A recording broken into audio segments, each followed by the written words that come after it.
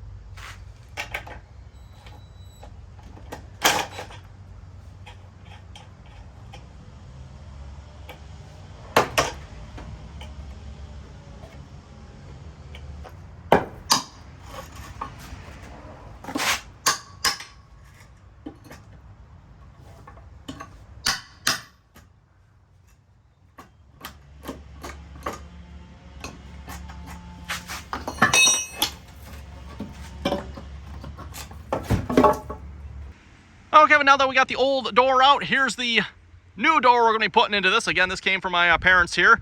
They removed it from their garage. So as such, Evan, it does have a little bit of damage to it here, like down there. So we're going to have to do a little bit of repair work here before we actually put it in to where I want to put it. Plus, we're also missing the, I forget what you call that piece up top there, but it's laying actually right over there. So we're going to get that all put back together here first, and then we'll actually attempt to install this. So let's start with that first and see how we get along with that.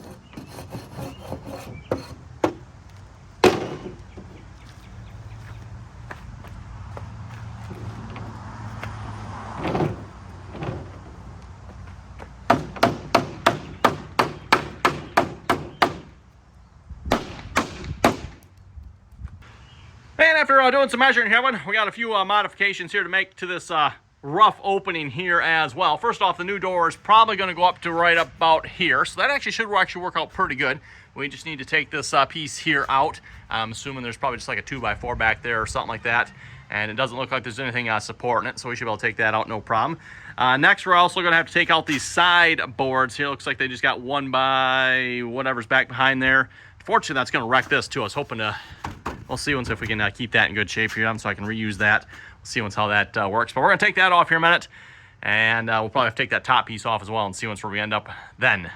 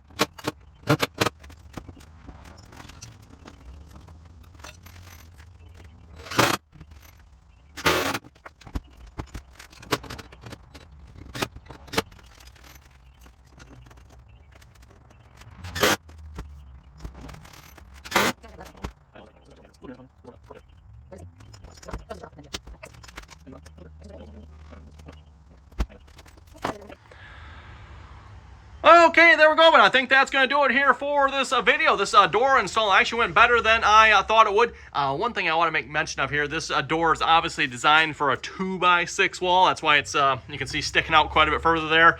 So all I did on the hinge side, I just ripped down a 2x4 and put that on there one. So I've got it screwed in this way with the hinges and then screwed in that way as well into the 2x4 that's back behind there, essentially making it a 2x6 wall just in that section, right? With that being said, like I said, I think this turned out pretty good. Oh, I see this up here is, yeah, it's not perfect. I mean, it's definitely not perfect, but I mean, compared to the old door and the old door, this is a massive upgrade, if you ask me, especially the fact that we can now have a doorknob on it that just opens and closes. Speaking of which, that'll probably be the next video, or that'll be the next video working on this door anyway. I do want to see if I can put a deadbolt in this here. Hopefully there's enough. Maybe I'll have to put it lower or something. I don't know. I'll have to figure that out, everyone. I would like to get a deadbolt in this.